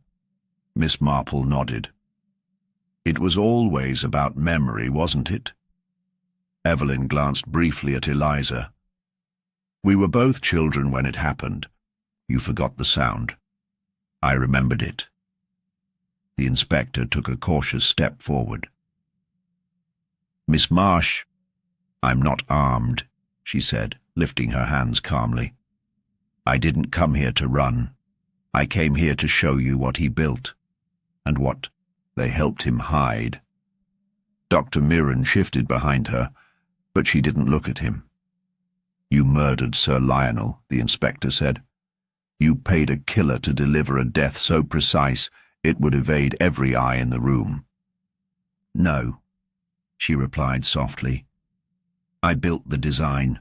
I wrote the formula, but I didn't pay the killer. I was the killer." Silence dropped like a curtain. "You played cello," Miss Marple said. "I trained for 2 years, enough to pass unnoticed. Griggs secured my position. He thought he was hiring Morris. I made sure his contact used the wrong name. I carried my own case. And after the waltz, I slipped from the stage to the study. Lionel had just left Lady Develin. I greeted him. He didn't recognize me. He never would. "And the wax?" asked the inspector, already inside his coat. He felt it warm and reached for it. It cut him before he understood. I left him by the fire, closed the door, walked back on stage in time for the last bow. The words came with no tremor, no pride, no regret. Miss Marple asked, "Why now?" Because he was going to confess. Not to the public, not to the courts, to his priest. He thought that would be enough, that dying clean would absolve him. He wanted peace. And I couldn't let him have it. The inspector stepped forward. "You'll come with us, quietly." "I plan to," she said. "I've been waiting for this. But why not simply expose him? Leak the files, go to the press." Evelyn shook her head slowly. "They would have buried it again. Said it was fiction, or revenge. I needed you to see it. I needed the world to hear the story from your mouths, and now they will." She removed her gloves slowly and handed them to the inspector. As the constable stepped in to escort her out, Miss Marple watched her go without judgment. Evelyn didn't resist, didn't cry, didn't look back. Eliza stood finally from her seat. "She didn't kill him because he ruined her life," she whispered. "She killed him because he believed he hadn't." Miss Marple nodded, her voice barely audible. "And that," she said, "was the one truth he never prepared for." The ballroom emptied slowly, the guests moving in reverent silence, as if they had just witnessed the closing act of a long and tragic play. The storm still lashed at the windows, but no one spoke of it. All eyes had been on Evelyn Marsh, now taken into custody with calm surrender, her words lingering in the air like smoke. The weight of her confession settled across the estate like dust. The motive had been uncovered, the killer revealed. The case, at last, seemed closed, and yet Miss Marple remained in the ballroom long after the chairs were cleared and the chandeliers dimmed. She stood before the fireplace where Sir Lionel had sat on that final night, studying the ironwork, the slight scorch on the rug, the imprint in the wood where his shoe had pressed for the last time. The storm outside had begun to ease, but something within her had not. It wasn't disbelief. It was dissonance.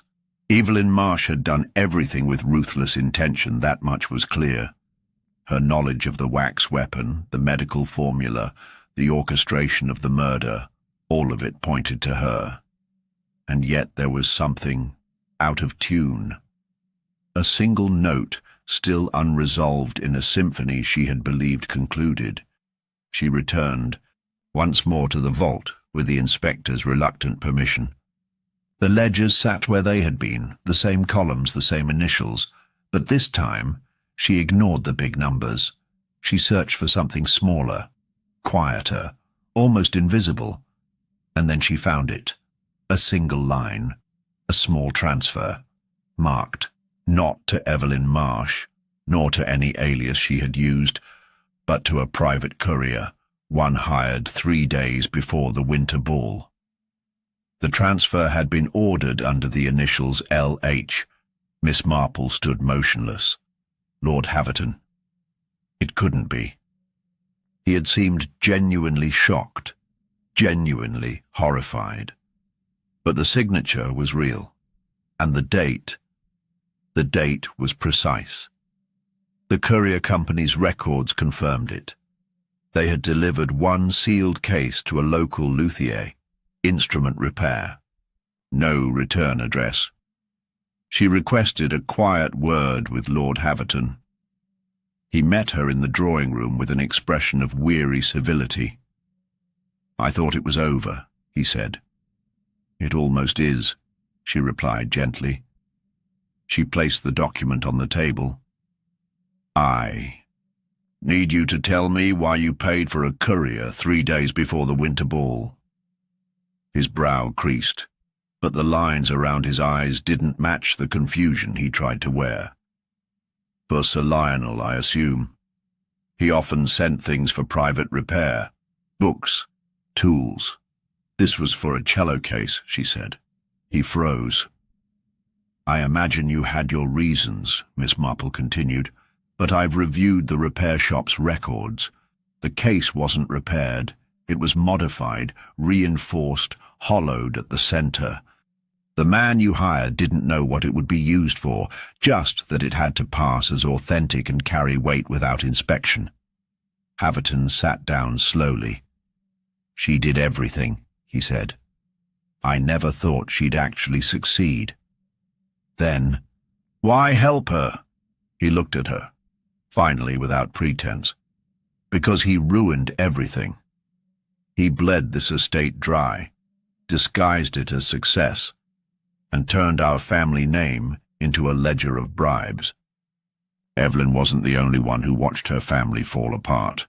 Mine fell too, quietly, elegantly, like polite shame always does." Miss Marple remained still. "I knew who she was when she arrived," he said.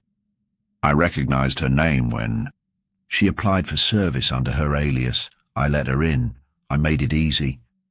I didn't plan the murder, but I cleared the path. You could have stopped her. She would have found another way. And He trailed off. "I didn't care any more if Lionel lived. Only if the estate survived him." "And now?" she asked softly. "Now it's over. My name. the estate, everything. She said nothing. The silence stretched. "I suppose," he said finally, "this is the moment I'm meant to turn myself in." "That's up to the inspector," she said, "but I think you've already sentenced yourself." That night, the inspector received Miss Marple's quiet report, written in her delicate script. It didn't accuse Lord Havton of murder. It didn't accuse him of conspiracy. It simply stated the facts. He had enabled access. He had removed obstacles. He had knowingly allowed a killer to pass through the cracks he claimed not to see. The law might find that insufficient. But the truth was whole now. Evelyn Marsh had crafted the weapon. Griggs had delivered the distraction. Mirren had prepared the conditions. But Lord Havton had left the door open. And in the end, it wasn't one mastermind behind the murder. It was a house full of ghosts, each one too proud, too silent, or too broken to stop what they all saw coming. When Miss Marple returned to her room, she finally folded away her knitting. The storm outside had passed. The house no longer whispered. But she knew better than to believe silence ever meant peace. Not in houses like these, not where secrets were built into the walls. The days that followed passed not with triumph, but with a hush of reckoning. The grandeur of Grangewood Hall was no longer impressive. It had become a monument to silence and complicity. The guests who remained trickled away quietly. Some never looked back. Others, like Eliza, stayed a while longer, not because they wished to, but because something in them needed to witness what came next. Evelyn Marsh had confessed and was now being held in a secure facility under heavy scrutiny, but her face remained calm when questioned, her voice steady, as though she had already made peace with her actions long before the world caught up to them. She answered every question without fear. There was no need to hide any more. But as Miss Marple had feared, the case had not resolved itself with a tidy verdict. Griggs was being formally charged as a co-conspirator, thanks to the money trail and the steward's testimony. Dr. Mirren was to be disbarred from practice and likely prosecuted for medical malpractice tied to the St. Helena experiments. Lord Havton, however, had not been charged at all. His name had been quietly removed from the guest registries and reports before the first article even made it to print. The inspector did not say why, but Miss Marple suspected the answer was as old as the house itself: reputation. He had assisted, yes, but his distance from the murder itself had given him cover. That, and the fact that Evelyn had refused to name him. In her statement, she never once mentioned his involvement. Her silence, Miss Marple believed, was deliberate, perhaps out of loyalty, perhaps pity, or perhaps because Evelyn knew the price he would pay would not come from the law, but from the empty rooms and the years of slow decline that now awaited him. Eliza came to Miss Marple on the morning of her departure. They sat beneath the frost-veiled windows in the drawing-room, sunlight filtering through the glass with a muted silver hue. "Do you think it was worth it?" Eliza asked. "What she did?" Miss Marple took a long breath before answering. "Justice rarely looks the way we imagine it will. It's not always a gavel. Sometimes it's a shadow cast long after the act. Evelyn didn't want revenge. She wanted the world to remember, and she made sure they would.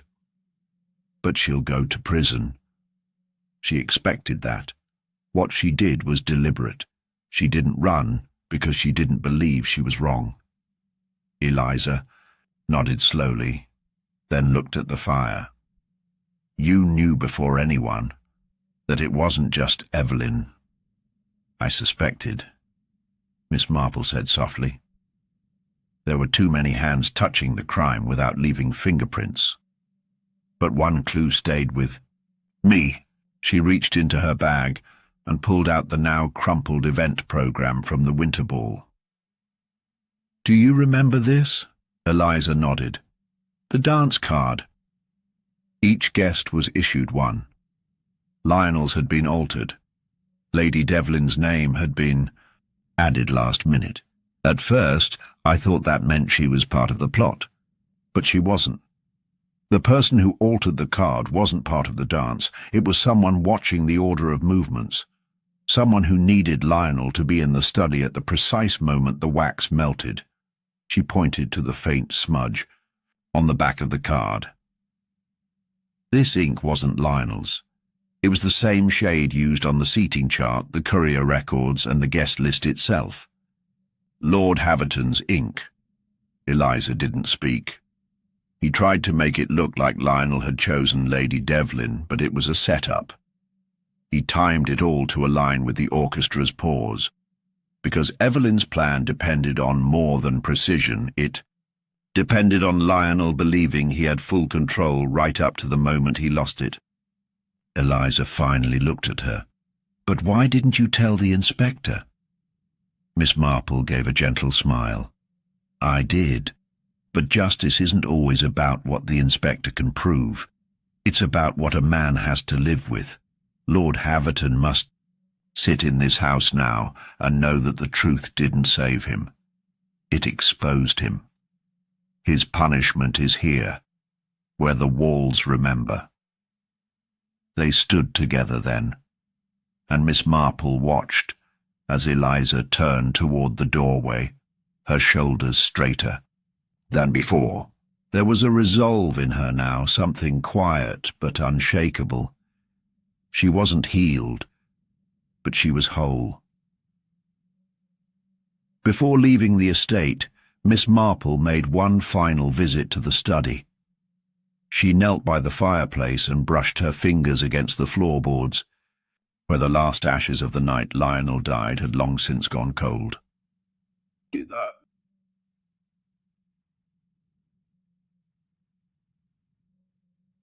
But as a remainder, in the end, Evelyn Marsh had not escaped. She had simply stepped into the consequences she had designed for herself.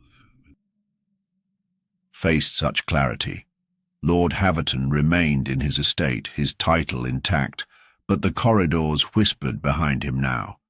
Guests stopped coming, invitations went unanswered.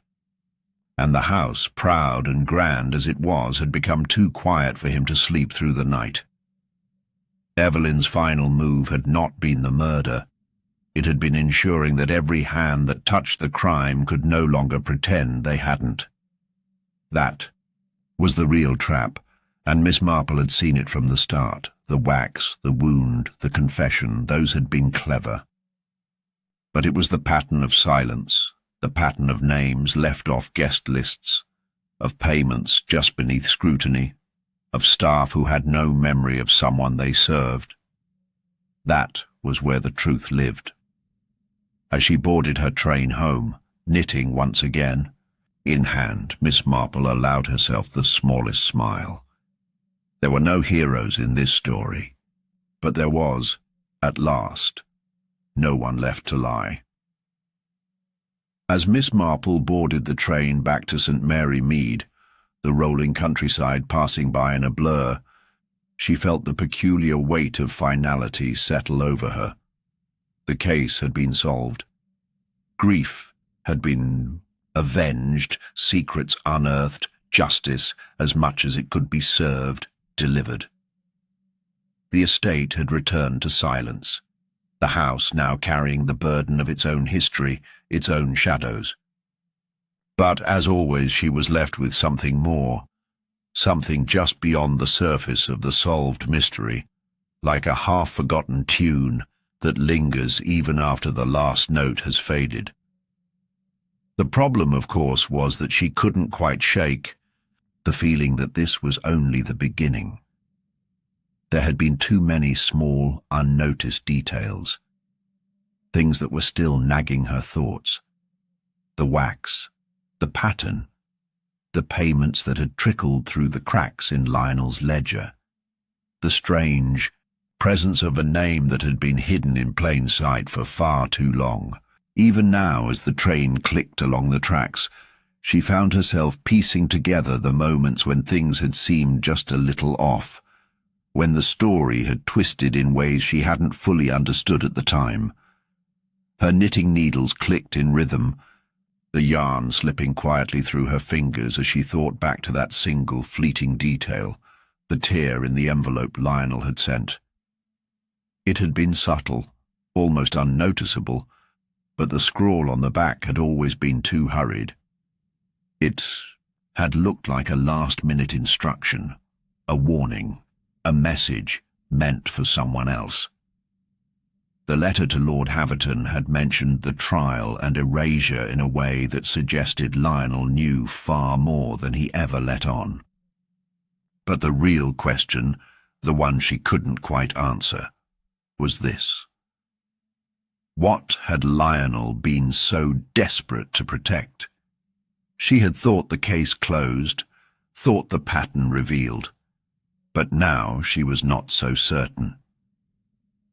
Could it be that Lionel's secrets had been buried too deeply for them to truly be unearthed? Could there be someone still out there watching the pieces of this story shift in the dark? Her fingers paused, the knitting falling still in her lap. Something didn't sit right. There had been something in Lord Havton's words, his final look of confusion as the case closed, that had seemed too genuine, too perplexed. He had feigned ignorance. But had he really been unaware of the full depth of what Lionel had been involved in? Or had he simply hidden his own role too well, even from himself? The truth, as Miss Marple had learned many times before, was rarely a simple path. It twisted and turned in ways that, once fully revealed, made the rest of the world seem laughably transparent.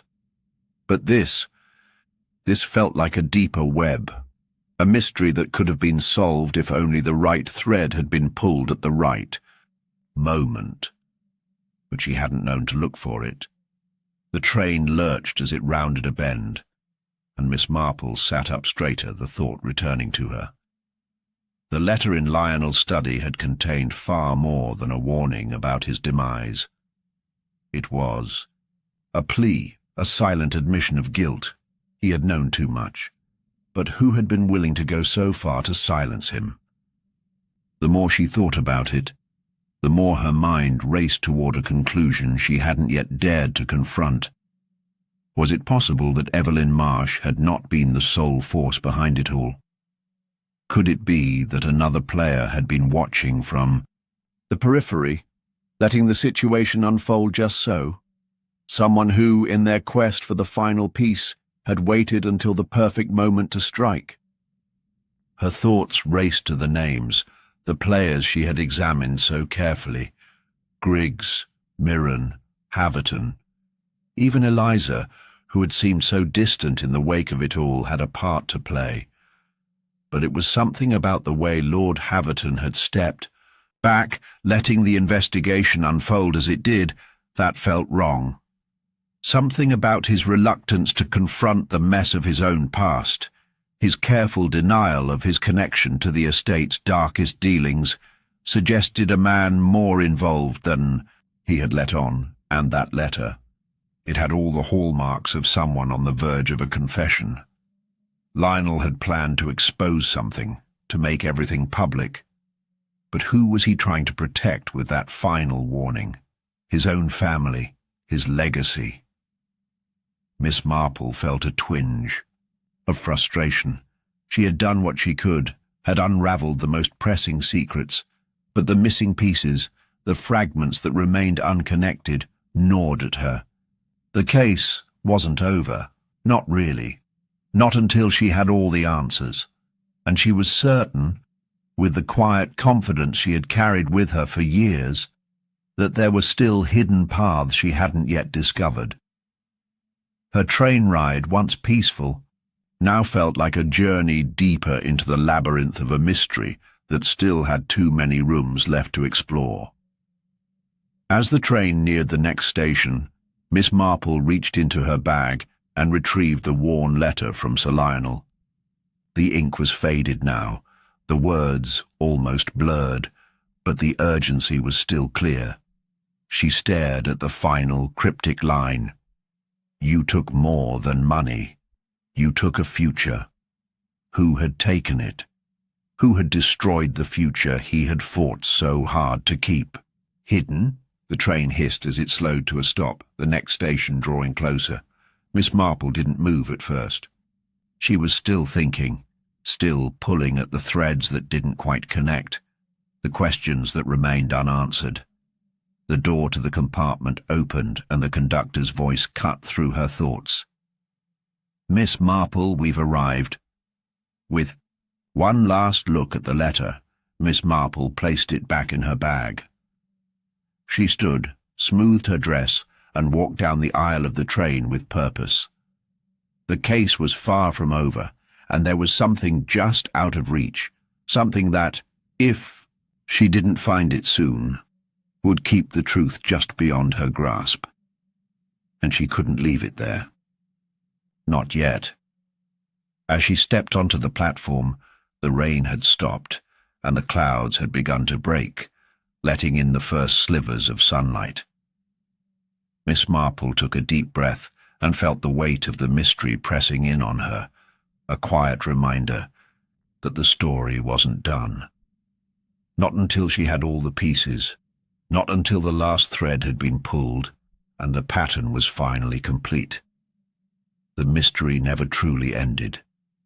It just waited, patiently, silently, for the right moment to reveal itself, and Miss Marple would be waiting too.